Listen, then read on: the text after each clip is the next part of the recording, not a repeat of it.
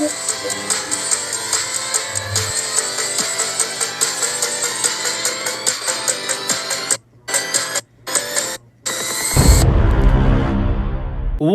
is going on, everybody? It is your boy, man,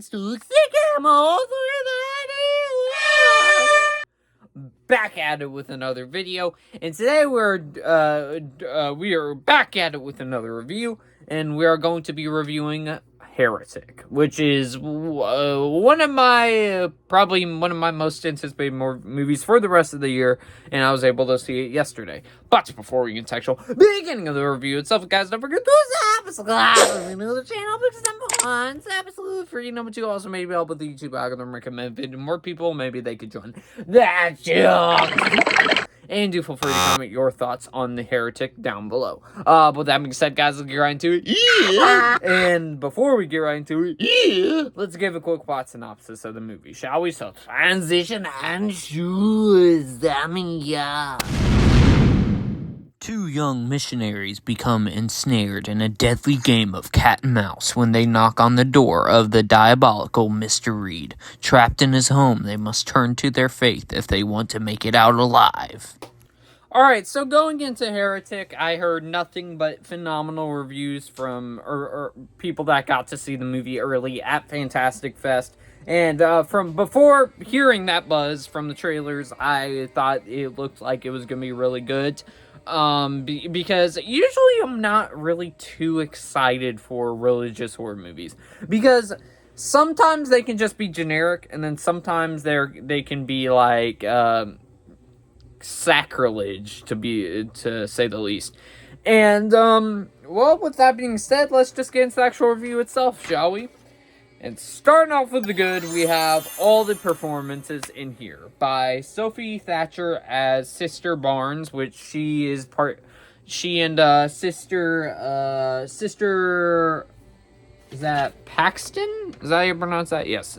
Sister Paxton, played by Chloe East, are your two main protagonists in here, which I think they both give really solid performances throughout the movie, and you definitely do root for them most of the time to actually survive and get out of this freak show of a situation, and you definitely don't want them to die. And then, of course, the main performance you gotta talk about in here is, of course, Hugh Grant as Mr. Reed, where he is kind of on the same lines as James McAvoy, where he has a charming edge to his character, where you actually believe he's a nice guy, and then there's the more balls-to-the-walls maniac side of his character, where he's just off the rails, which Hugh Grant executes that very masterfully throughout the film. With that nature of his performance, that adds a non-stop suspense to the movie with his performance throughout, where most of the horror elements are just through dialogue with them, and making you, it just makes all the situations very, very suspenseful with his performance and all the stuff that's going on around him. I think all of it was handled quite well. Another thing to talk about is how it breaks down both faith without being sacrilege. Well, not faith, but breaking down belief versus not disbelief.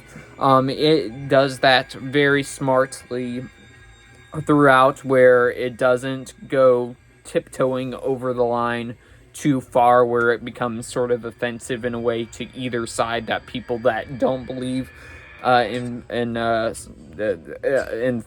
any sort of faith, and then the people that do believe in faith, and them telling it's not real or not. So it adds a couple of interesting layers there with the questions it's asking throughout the whole entire movie's runtime. Another thing to talk about in here as well has got to be the dialogue with the script. They both come in hand, and I think as I said before, the suspense is with mostly dialogue, and I think all the dialogue that they add in here with the questions that they're asking is really solidly built throughout the whole entire movie with these conversations between these three characters. Overall,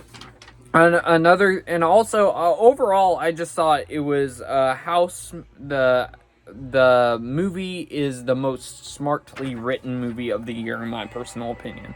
I mean, just beat for beat, with the whole entire story direction of belief versus non-belief, and having this thriller edge to the whole entire movie, I think it elevates on its own and makes it its own very unique thing, which I can't really say about most religious horror movies. And also another thing, I think the cinematography as well in here was very phenomenal. I forgot to mention, it's a very small space. It's not really a big set piece, but I think for what they do with this sort of claustrophobic setting in this house, they do really well with the cinematography throughout most of the movie's runtime. So I thought they did really excellently with that overall. Now we go on into the mixed aspects of the movie, which I only have two. One's not particularly for me, but it might be for some other people, where like it's gonna depend where you land on the stick. So we'll get into my actual mixed aspect, and that is the ending. So, I'm still kind of processing the ending. We'll see where I land on the ending at my monthly check later on in this month, of course, before we move on to December, where I eventually land on in the ending. Because overall, even though I saw it yesterday, I'm still very mixed about what ends up happening later on in the movie. Of course, I'm not spoiling anything here. I do not spoil movies unless if they have their own spoiler review. And I'm still overall, like, because there's stuff, all I'll say is it explains what Hugh Grant is trying to prove, which there's aspects of it that I think is very interesting, and then there's aspects where I go like, nah, that's a little disappointing with the route I think you're gonna go. So, still gotta think about that, and then the note the movie ends on is just confusing. So that's also a mixed aspect in itself. And then the final thing I have in here is how dialogue heavy the movie is. So this isn't for me personally. I enjoyed how dialogue heavy it is, because it adds the suspensefulness, as I said many times before in this review.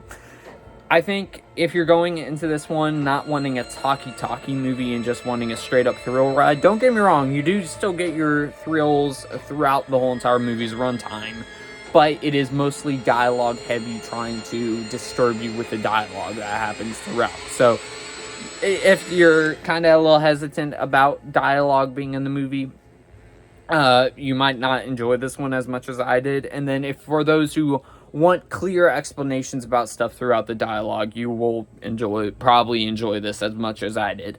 Sorry everyone, I forgot to add this in the video, but I forgot to add the toxic meter, and I will give it a not toxic, an A+, and I definitely recommend to see this one, because this one is currently, as of right now, probably my second favorite movie of the year, right behind Furiosa. But with that being said, guys, that is just my thoughts on Heretic. Be sure to let me know what you guys thought of the movie down below. But with that being said, guys, I'll see y'all next one, everybody.